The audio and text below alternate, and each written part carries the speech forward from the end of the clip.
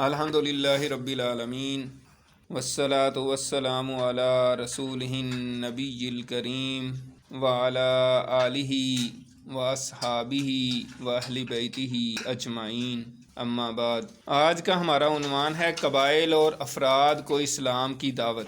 جیسا کہ ہم پہلے بھی بات کرتے رہے ہیں کہ نبی اکرم صلی اللہ علیہ وآلہ وسلم جو ہیں وہ ہر حج کے موقع پر جو بھی قبائل حج کرنے آتے تھے ان کو اسلام کی دعوت دیتے تھے۔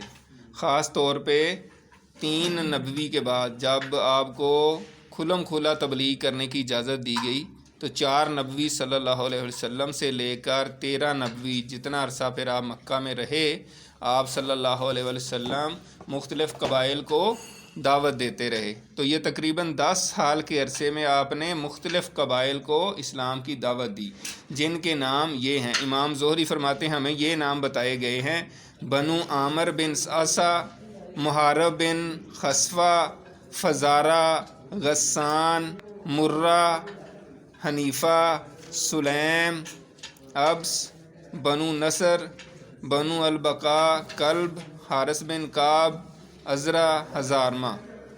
لیکن ان میں سے کسی نے بھی اسلام قبول نہ کیا۔ اس کے بعد افراد کو اسلام کی تبلیغ کے حوالے سے مختلف صحابہ کرام کا ذکر ملتا ہے جنہوں نے فرداً پھر اسلام قبول کیا، جن میں 3 صحابہ بڑے مشہور ہیں اور ان کا ذکر جو ہے نا بڑا احادیث کی کتابوں میں بھی آتا ہے، سیرت میں ان کا بڑا ذکر ہے۔ اس میں حضرت ابو ذر غفاری کا پہلا نام ہے جس میں جو ہے نا ان کا واقعہ ذکر ہے۔ پھر اس کے بعد آئے گا حضرت طفیل بن عمر دوسی اور پھر ضماد ازدی۔ تو اس میں سب سے پہلے جو ہے حضرت ابو ذر غفاری کا ذکر کرتے ہیں۔ حضرت ابو ذر غفاری جو ہے یہ یثرب کے قریب، یعنی جو بعد میں مدینہ بنا، وہاں رہتے تھے۔ ان کا قبیلہ غفار۔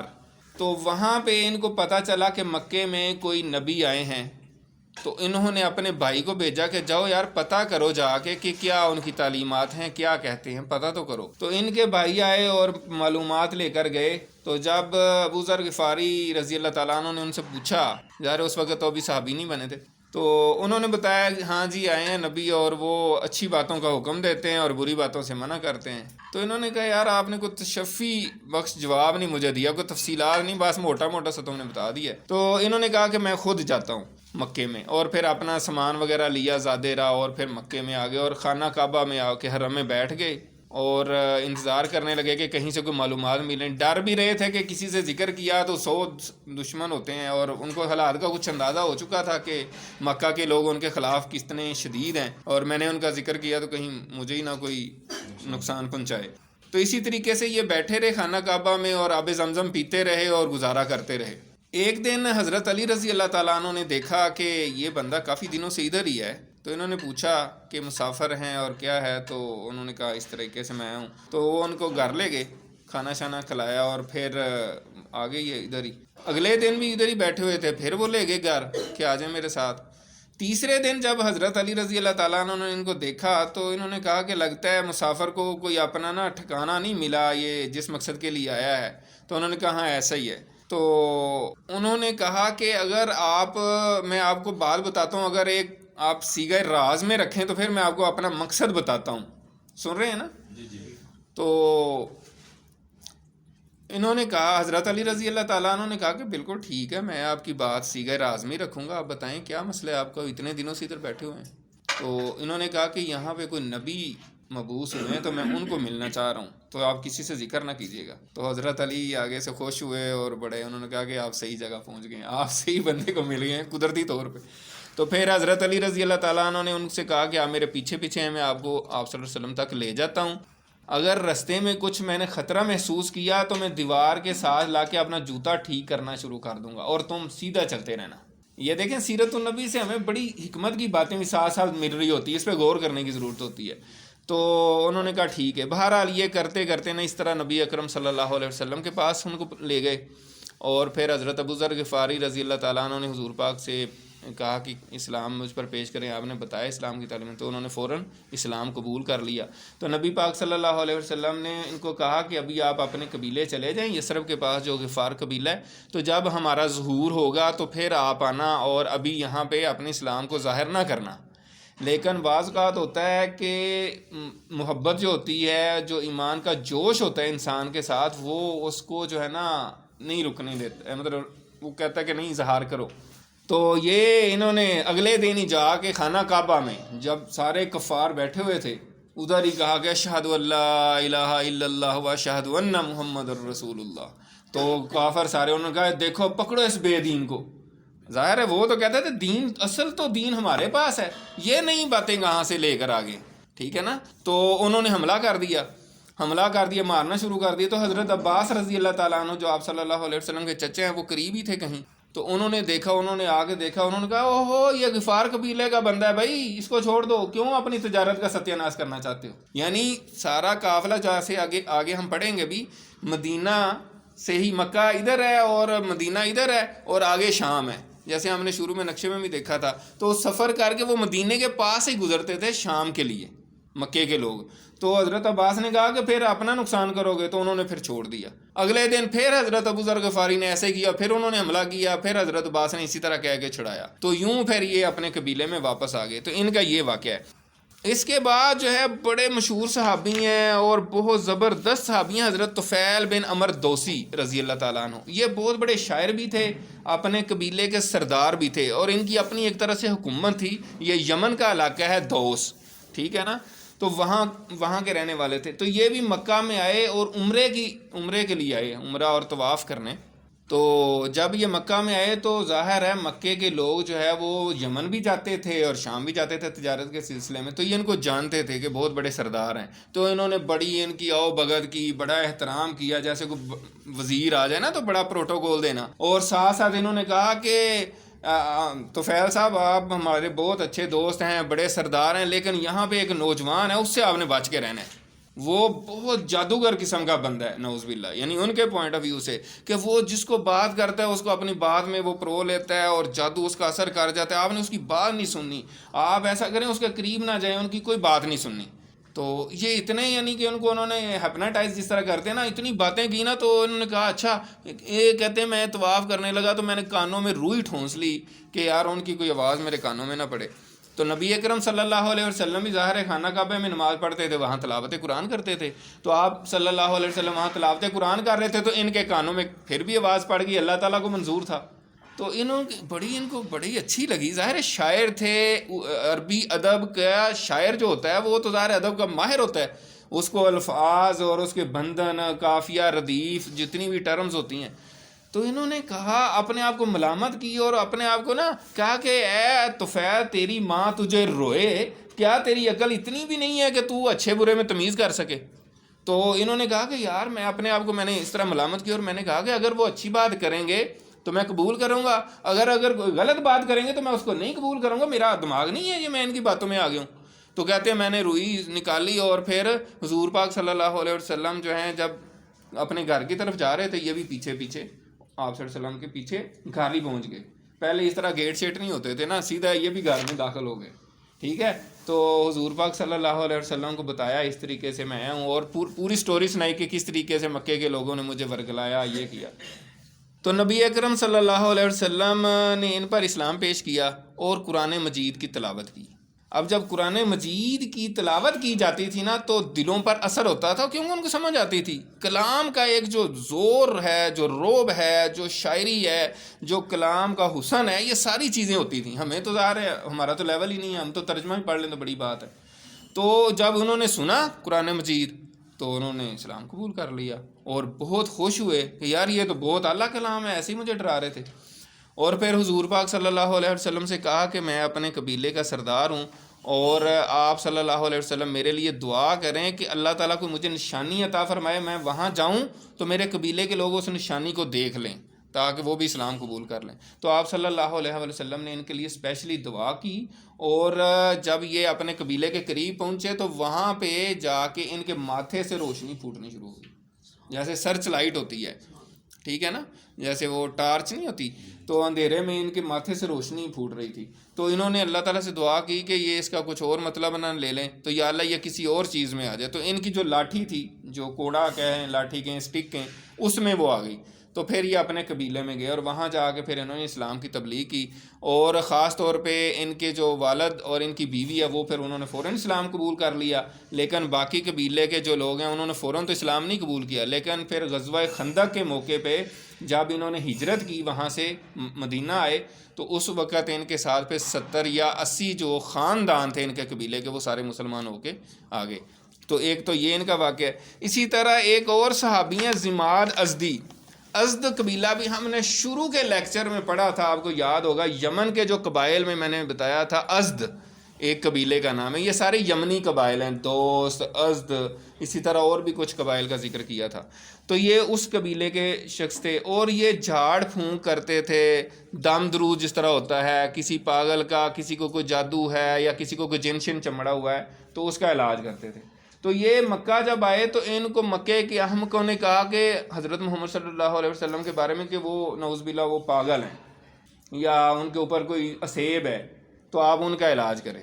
تو یہ ان کو تو نہیں پتا تھا، ظاہر ہے ایک بندہ دوسرے شہر سے آتا ہے، اس بیچارے کو جو کوئی بتائے تو اسی طرح آ جاتا ہے۔ تو یہ حضور پاک صلی اللہ علیہ وسلم کے پاس آئے اور کہا کہ میں آپ کا علاج کرنے آیا ہوں، آپ کو سنا ہے کہ اسیب ہے۔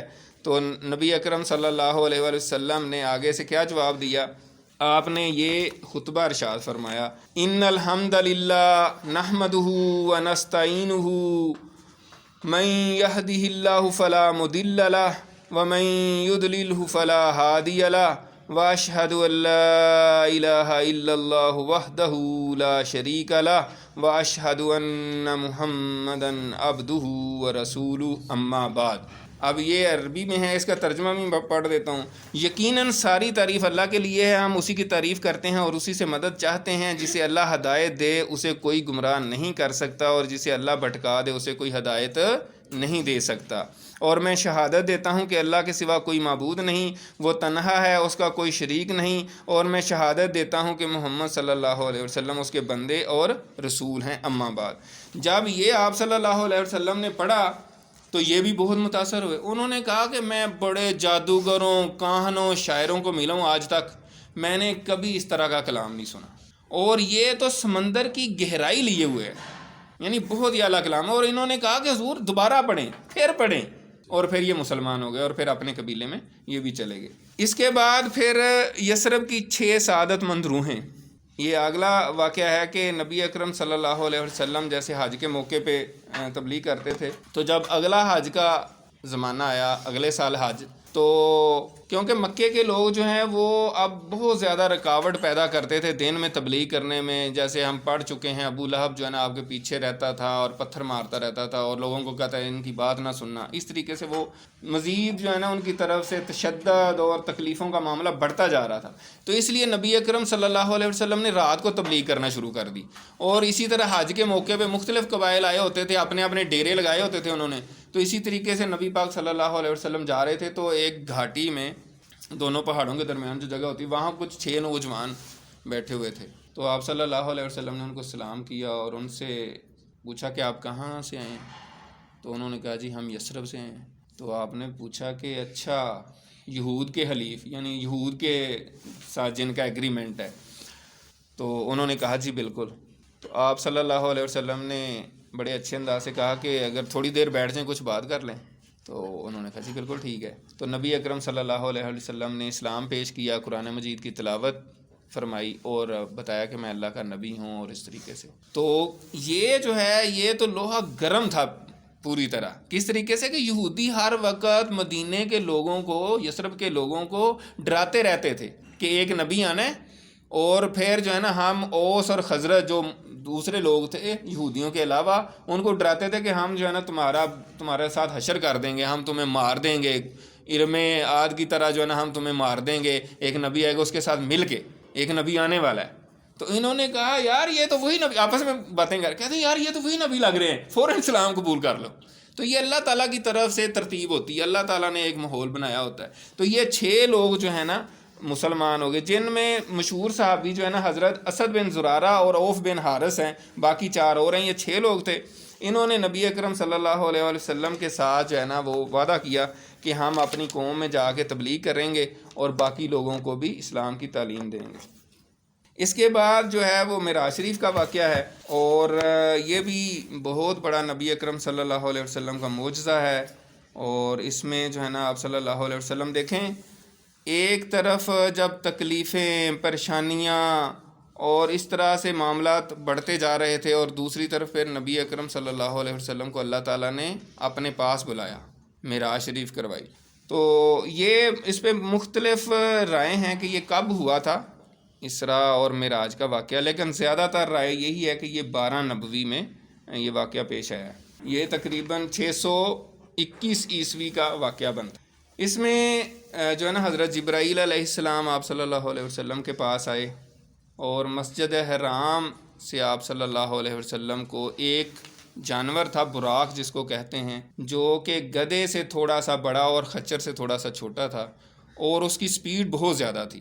یعنی اس کی سپیڈ کا اندازہ آپ یوں لگا سکتے ہیں کہ وہ جہاں نظر پڑتی تھی وہاں اپنا قدم رکھتا تھا، یعنی جہاں تک نظر جا رہی ہے وہاں پہ ایک قدم، پھر اگلی نظر جہاں پڑی پھر اگلا ادھر قدم۔ تو اس کی سپیڈ کا اندازہ آپ اس سے اندازہ لگا سکتے ہیں۔ تو پہلے تو نبی اکرم صلی اللہ علیہ وسلم کو مسجد حرام سے لے کر مسجد اقصیٰ جو فلسطین میں ہے، جس پہ اسرائیل نے اس وقت قبضہ کیا ہوا ہے، جس کو ہم مسجد اقصیٰ کہتے ہیں، اکثر آپ دیکھتے رہتے ہیں وہ گنبد صخرہ جو وہ یلو سے کلر کا، تو وہاں تک نبی اکرم صلی اللہ علیہ وسلم گئے، اور اس اتنے حصے کو اسراء کہتے ہیں۔ معراج جو ہے پھر اوپر آسمانوں کی طرف جو ہے نا جانے کے سفر کو کہتے ہیں۔ تو اسی کا ذکر قرآن مجید میں ہے، سورہ بنی اسرائیل میں اللہ تعالیٰ نے فرمایا کہ اعوذ باللہ من الشیطان الرجیم بسم اللہ الرحمن الرحیم سبحان الذی اسریٰ بعبدہ لیلا من المسجد الحرام الی المسجد الاقصیٰ، کہ پاک ہے وہ ذات جو اپنے بندے کو لے گئے مسجد حرام سے مسجد اقصیٰ کی طرف۔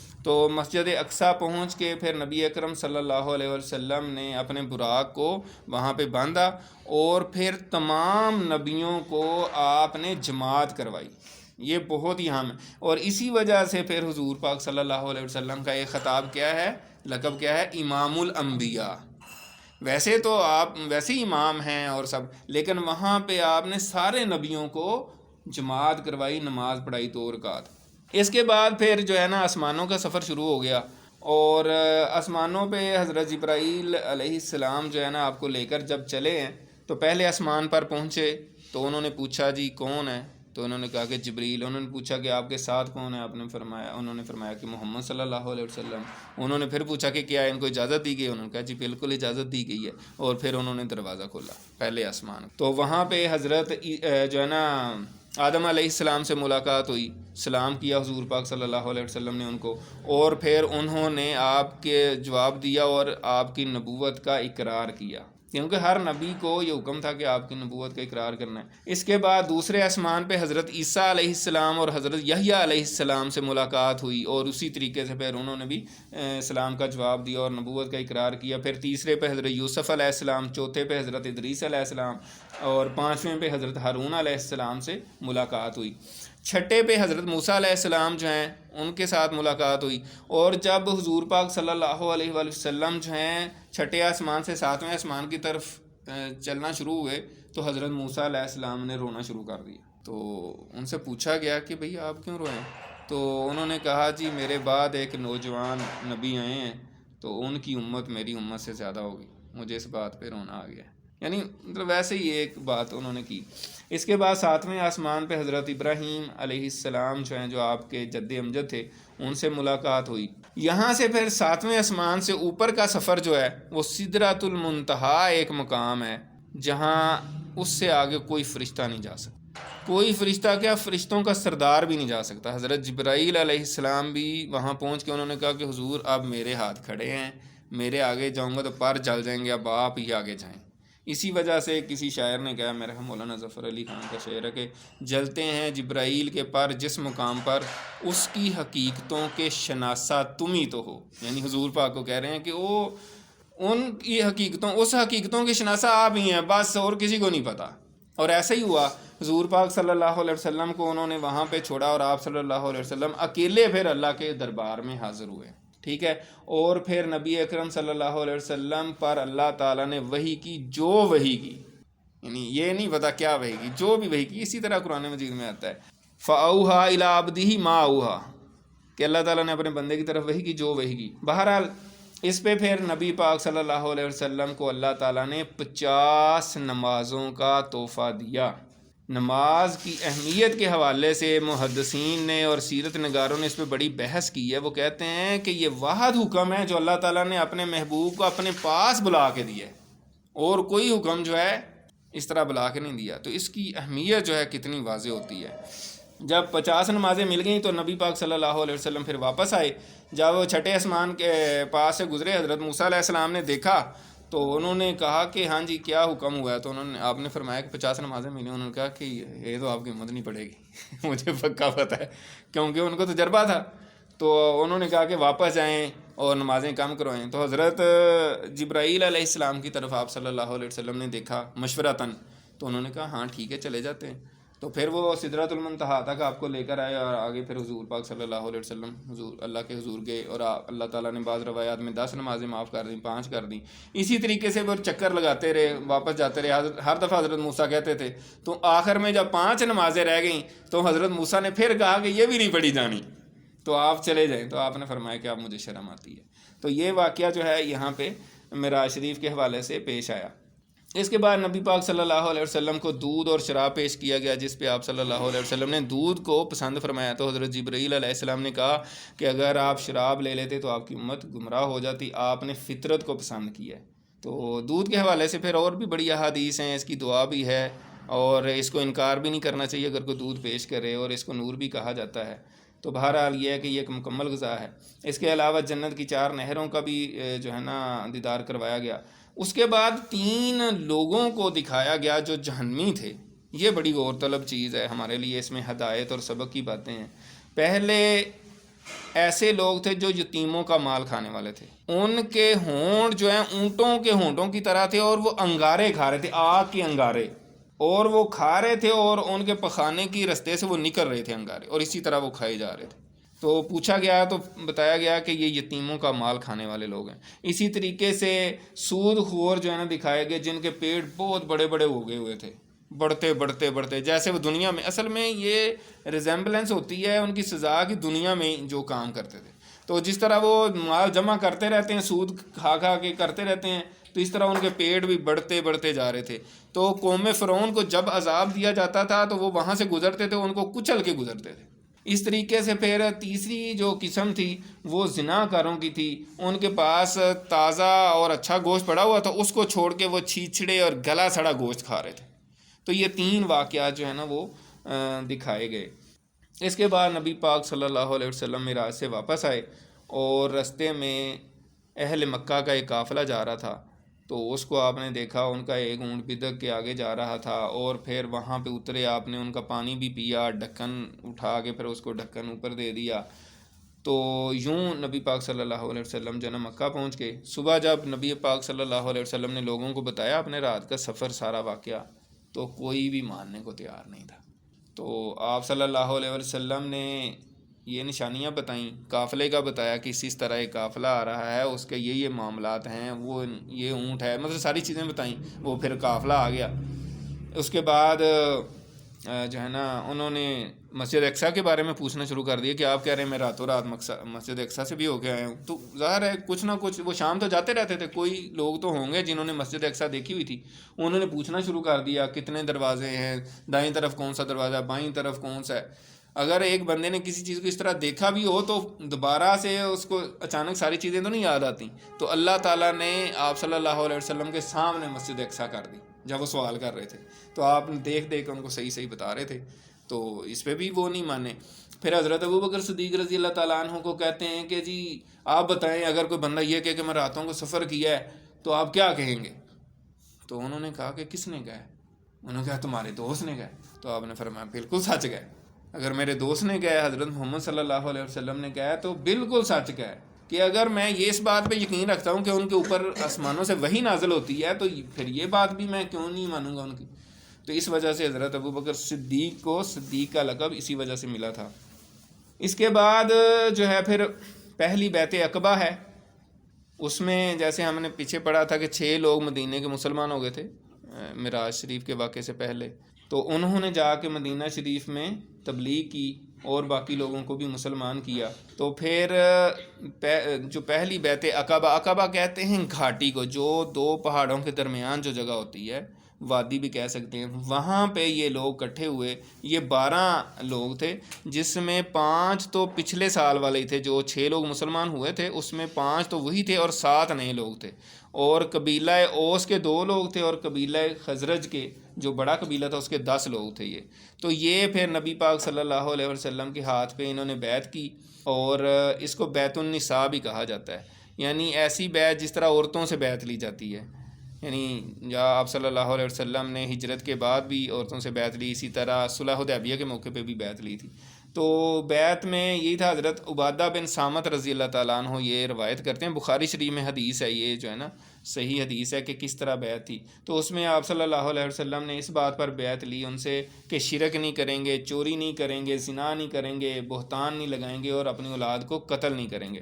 اس کے بعد انہوں نے درخواست کی کہ اپنا کوئی جو ہے نا تبلیغ کرنے والا، کوئی اپنا سفیر جو ہے نا مدینہ شریف بھیج دیں۔ تو آپ صلی اللہ علیہ وسلم نے حضرت مصعب بن عمیر، جو بڑے شروع کے مسلمانوں میں سے تھے اور بڑے ہی کھاتے پیتے گھرانے سے تھے، یاد ہوگا ہم نے پڑھا تھا، ان کی ماں نے ان کو نکال دیا تھا گھر سے، کھانا پینا بھی بند کر دیا تھا، تو اسلام کی بہت زیادہ تڑپ رکھنے والے تھے، ان کو بھیجا۔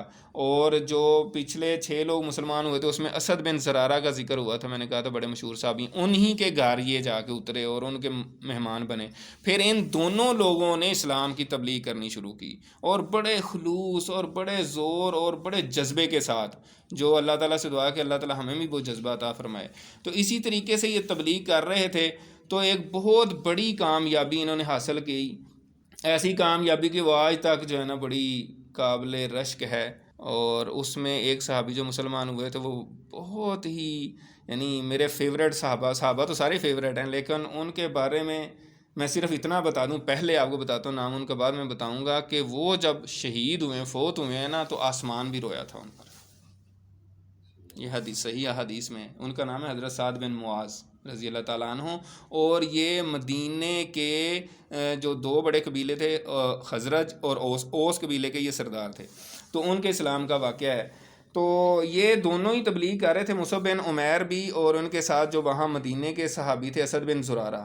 تو یہ جو ہے نا اوس قبیلے کا ایک اور قبیلہ تھا، چھوٹا قبیلہ، ایک کا بنی ظفر تھا اور ایک بنو عبد الاشہل۔ تو بنی ظفر کے باغ میں بیٹھے ہوئے تھے، وہاں کنواں تھا اس کے پاس، جیسے پہلے اس طرح ہی ہوتا تھا دیہات وغیرہ میں یا چھوٹے شہروں میں۔ تو ان کا قبیلہ تھا اور ان کا محلہ تھا حضرت سعد بن معاذ کا، جو اس قبیلے کے سردار تھے، اور اسی طرح ان کا جو چچا کا بیٹا تھا حضرت اسید بن حزیر، وہ بھی اس قبیلے کا سردار تھا، سمجھ لیں سیکنڈ ان کمانڈ تھا، وائس ہوگا۔ تو حضرت سعد بن معاذ نے ان کو دیکھا کہ وہ 2 لوگ بیٹھے ہیں، یہ کوئی تبلیغ کر رہے ہیں، کیا کر رہے ہیں، تو یہ بھی مسلمان نہیں ہوئے تھے، تو انہوں نے اپنے کزن کو، چچا زاد بھائی کو، جو وہ بھی سردار تھے حضرت اسید بن حزیر، ان کو کہا کہ جاؤ یار ان کو بھگاؤ یہاں سے، یہ ہمارے بیوقوفوں کو آ کے جو ہے نا ہمارے ضعیف لوگوں کو بیوقوف بنا رہے ہیں، ان کو بھاگ جو، نہیں تو ماریں گے ہم، جیسے عام ہوتا ہے۔ تو یہ گئے ان کے پاس حضرت اسید بن حزیر، تو جا کے انہوں نے کہا کہ بھئی یہ کیا کر رہے ہیں اب یہاں سے، چلے بھاگ جاؤ، ایسے ہی جیسے کہتے ہیں سٹائل میں۔ تو حضرت مصعب بن عمیر رضی اللہ تعالیٰ عنہ نے کہا کہ آپ بیٹھیں تو صحیح، بات کرتے ہیں، اگر ہماری بات آپ کو پسند آ گئی تو ٹھیک ہے، اگر نہیں آئی تو ہم چلے جائیں گے، اتنی سی بات ہے۔ تو انہوں نے کہا کہ یار بات تو تم نے بڑی انصاف کی ہے، بات تو ٹھیک ہے آپ کی، اب میں یہ تو نہیں کہ میں ضد کروں گا، نہیں میں نے سننی نہیں ہے۔ تو اپنا نیزہ ساتھ لے کر گئے تھے، نیزہ وہاں گاڑا اور بیٹھ گئے۔ تو حضرت مصعب بن عمیر نے اسلام ان کے سامنے پیش کیا، قرآن مجید کی تلاوت کی۔ تو جیسے بار بار ہم کہہ رہے ہیں کہ جو بھی عرب سنتا تھا نا قرآن مجید، تو ایک دفعہ جو ہے نا بالکل جیسے وہ کوئی میگنیٹ ہوتا ہے نا، یعنی بالکل ایک مقناطیسی اثر ہوتا تھا ان پہ۔ تو جب انہوں نے سنا قرآن مجید، تو وہ تو یہ کہتے ہیں جو تبلیغ کر رہے تھے حضرت مصعب بن عمیر اور حضرت اسد بن زرارہ، کہتے ہیں ان کے بولنے سے پہلے ہی ہمیں پتہ چل گیا تھا کہ یہ اسلام ان کے اندر اتر گیا، ان کا چہرہ کھل اٹھا، روشن ہو گیا۔ تو انہوں نے جب بات کی تو انہوں نے کہا کہ اچھا آپ لوگ کسی کو مسلمان کرتے ہیں تو کیا طریقہ کار ہے، میں مسلمان ہونا چاہتا ہوں۔ تو انہوں نے کہا کہ غسل کریں اور پھر کلمہ شہادت پڑھیں، 2 نفل پڑھیں، جو انہوں نے طریقہ بنایا ہوا تھا۔ تو انہوں نے ایسے ہی کیا، مسلمان ہو گئے۔ اور پھر سعد بن معاذ جو اپنے کزن یعنی وہاں اپنے قبیلے جو سردار تھا اس کے پاس گئے.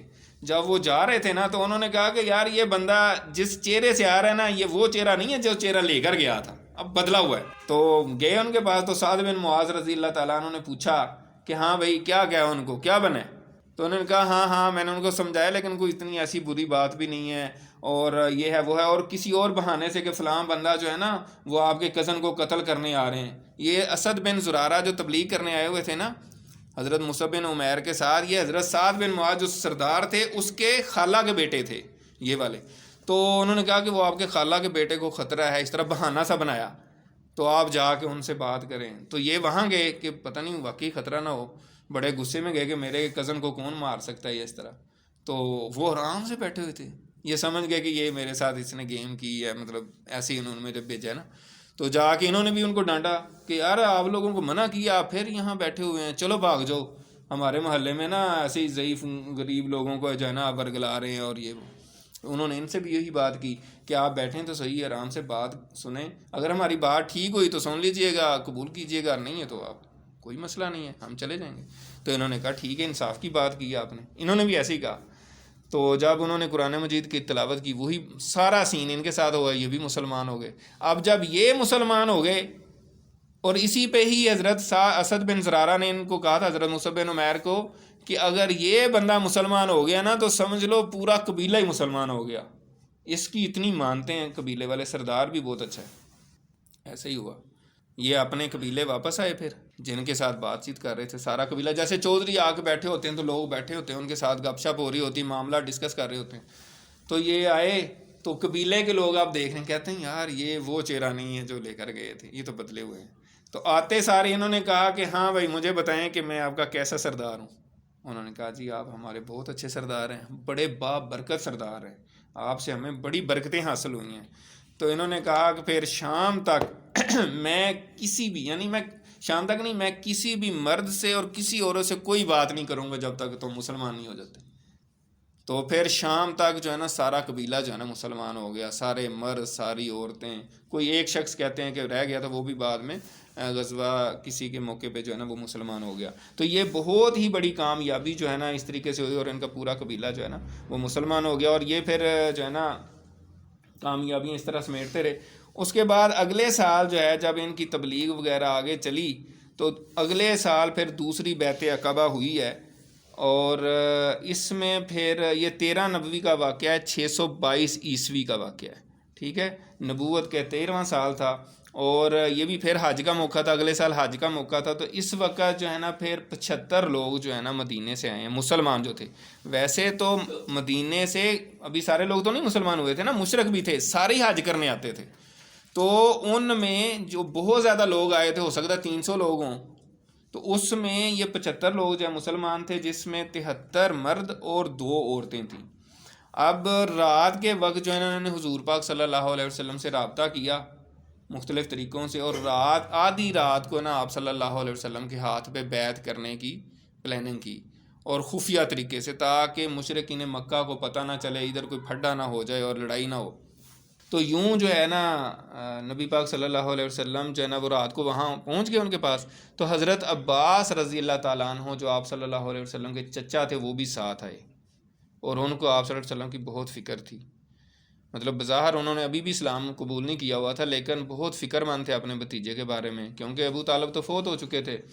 تو انہوں نے آ کے سب سے پہلے حضرت عباس نے تقریر کی کہ آپ میرے بھتیجے کا مقام اور مرتبہ جانتے ہی ہیں مکے میں, اور آپ کو پتہ ہے کہ ان کا ایک قبیلہ ہے اور ان کا یہ اپنا شہر ہے, ہم ان کی حفاظت کر رہے ہیں, جو بھی دشمن ہے بہرحال اب تک ہم نے ان کی حفاظت کی ہے. تو تم ان کو لے جانا چاہ رہے ہو اور یہ آپ کے ساتھ جانا چاہ رہے ہیں یثرب, ٹھیک ہے, تو اچھی طرح سوچ سمجھ لو, یہ نہ ہو کہ بعد میں آپ ان کی حفاظت ہی نہ کر سکیں. آپ سوچ لیں کہ پورے عرب کے ساتھ آپ نے ٹکر لینی ہے اور آپ کے ساتھ جنگیں ہوں گی. تو انہوں نے کہا جی بالکل ہمیں قبول ہے. اور پھر ایک صحابی جو ہے انہوں نے حضور پاک صلی اللہ علیہ وسلم سے کہا کہ حضور آپ بات کریں. تو آپ صلی اللہ علیہ وسلم نے بھی اس طریقے سے یعنی کہ ایک تو تبلیغ کی اور پھر قرآن مجید کی تلاوت کی, اور پھر بیعت کی دفعات جو ہے نا وہ طے کی گئیں. تو آپ صلی اللہ علیہ وسلم نے ان سے یہی کہا کہ میں یعنی آپ نے میری ہر صورت میں اطاعت کرنی ہے, خوشی میں غمی میں. اسی طرح سے اگر آسانی ہو تنگی ہو تو مال خرچ کرنا ہے.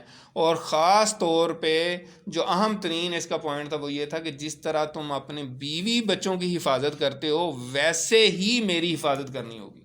یہ نہیں ہے کہ آپ اپنے بیوی بچوں کی جس طرح حفاظت میری نہیں کرو گے تو پھر میں کیسے رہ سکوں گا. تو انہوں نے کہا کہ بالکل ہم اس پہ قائم ہیں اور ہم آپ کی حفاظت کریں گے. تو آپ ہمارے سے بیعت لیں, یعنی ہمیں پکا, یعنی وہ جو بیعت کر کے مسلمان ہوتا ہے بندہ, آپ بیعت لیں, ہمارے پکا وعدہ. لیکن یہاں پہ بات ختم نہیں ہوئی.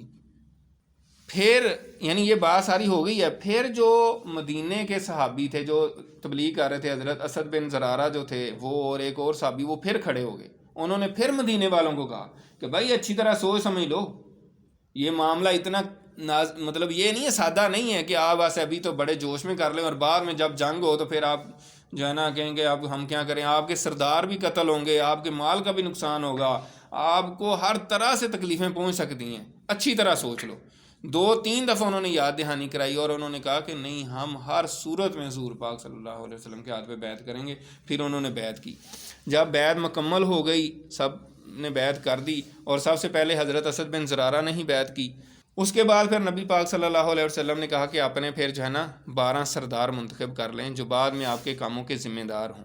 تو انہی 72 لوگوں میں سے یا 75 لوگوں میں سے جو ہے نا پھر 12 سردار جو ہے نا وہ منتخب کیے گئے. وہ کتاب میں آپ دیکھ سکتے ہیں. اب جب یہ معاملہ مکمل ہو گیا تو ایک شیطان نے اونچی آواز میں کہا کہ یہ دیکھیں محمد کیا کر رہے ہیں. اب یہ نبی پاک صلی اللہ علیہ وسلم کے دور کا واقعہ ہے, سیرت نگاروں نے اس کو صحیح سند سے پیش کیا ہے. تو اس طرح ان کو تھوڑا سا پتہ چل گیا جو مکے کے سردار تھے, اور انہوں نے اگلے دن آ کے جو بڑے ان کے سردار تھے یثرب کے جو مدینے سے آئے ہوئے تھے ان کو آ کے ایک طرح سے گلہ کیا, احتجاج کیا کہ یہ کیا ہو رہا ہے ہمارے صاحب کے ساتھ, یعنی محمد صلی اللہ علیہ وسلم کے ہاتھ پہ آپ کے لوگ بیعت کر رہے ہیں. انہوں نے کہا جی ہمیں تو پتہ ہی نہیں ہے, ایسی تو کوئی بات ہی نہیں ہے, آپ کو کسی نے غلط خبر دی, ایسی تو کوئی بات ہی نہیں ہوئی. کیونکہ ان کو پتہ ہی نہیں تھا, کیونکہ یہ رات کو چوری چوری نکل آئے تھے اپنے بستروں سے سارے جنہوں نے آ کے بیعت کی تھی نا. جیسے وہ سیرت نگار نے لکھا ہوا کہ جیسے چڑیا اپنے گھونسلے سے نہیں نکل آتی ایسے آرام سے, ایسے نکل آئے تھے خاموشی کے ساتھ. تو ان کو پتہ ہی نہیں تھا. اسی طرح جو بعد میں یعنی کہ منافقین کا سردار بنا عبداللہ بن ابی بن سلول, اس نے کہا جی یہ ایسی بات ہی نہیں ہو سکتی, میری قوم میرے پوچھے بغیر کوئی کام ہی نہیں کرتی, اور اگر میں یثرب میں بھی ہوتا تو پھر بھی مجھ سے پوچھتی, اب تو میں یہاں پہ ہوں. تو ایسی کوئی بات نہیں ہوئی. لیکن اگلے دن مطلب وہ بات آہستہ آہستہ پھیلتے پھیلتے ان کو پھر یقین ہو گیا کہ ایسا کچھ ہوا ہے, کہ کچھ گڑبڑ ہوئی ہے. تو پھر اتنی دیر میں لوگ جو ہے نا اپنی واپس آ رہے تھے حج کر کے, تو یہ بھی واپس آ رہے تھے مدینہ کی طرف. تو یہ سفر کرتے کرتے آ رہے تھے. پھر ان کو جب یقین ہو گیا وہ پیچھے پھر حملہ آور ہوئے, پیچھے وہ آئے ہیں تو یہ آگے سے پھر بھاگ گئے. 2 صحابہ پیچھے رہ گئے تھے. اس میں پھر حضرت سعد بن عبادہ رضی اللہ تعالیٰ عنہ جو ہیں وہ ان کے ہاتھ آ گئے, ان کو انہوں نے پکڑ لیا.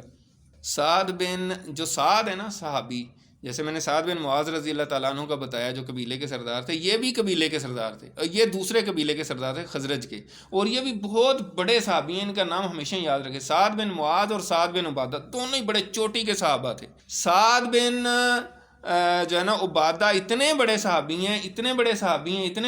ہیں کہ جب حضور پاک صلی اللہ علیہ وسلم نے پردہ فرمایا ہے تو اس کے بعد انصار میں سے یہ خلافت کے امیدوار تھے. سمجھ آئی ہے؟ ہاں, انصار صحابہ نے کہا تھا کہ ان کو بناتے ہیں خلیفہ. سمجھ آئی؟ اتنے بڑے اہم تھے. تو ان کو انہوں نے پکڑ لیا اور پھر مارنا شروع کر دیا. لیکن پھر لوگوں نے کہا کہ یہ یثرب کے اتنے بڑے سردار ہیں اور تمہاری تجارت وہاں سے گزرتی ہے, تو یہ نہ ہو کہ بعد میں تمہارا نقصان ہو. تو پھر انہوں نے چھوڑ دیا اور یہ واپس آ گئے اور باقی صحابہ سے مل گئے, اور یوں باقی سارے صحابہ پھر مدینہ شریف آ گئے. تو آج کے لیے اتنا ہی کافی ہے. اللہ تعالی ہمیں عمل کرنے کی توفیق عطا فرمائے, جو کچھ بھی ہم نے پڑھا سنا ہے اس پر عمل کرنے کی توفیق عطا فرمائے. وآخر دعوانا ان الحمد للہ رب العالمین. جزاکم اللہ خیر.